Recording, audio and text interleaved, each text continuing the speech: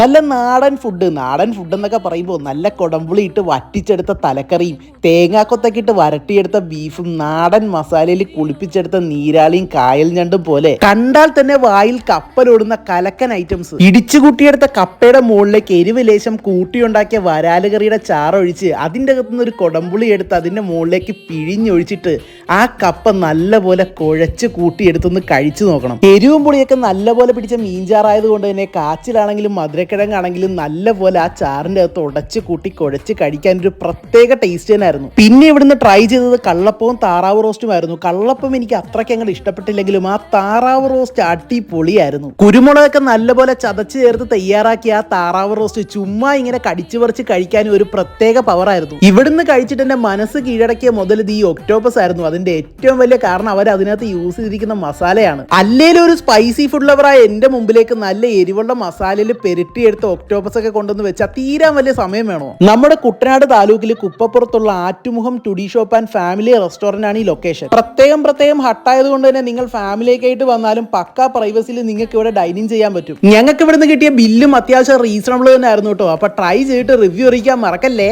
By from food Madey.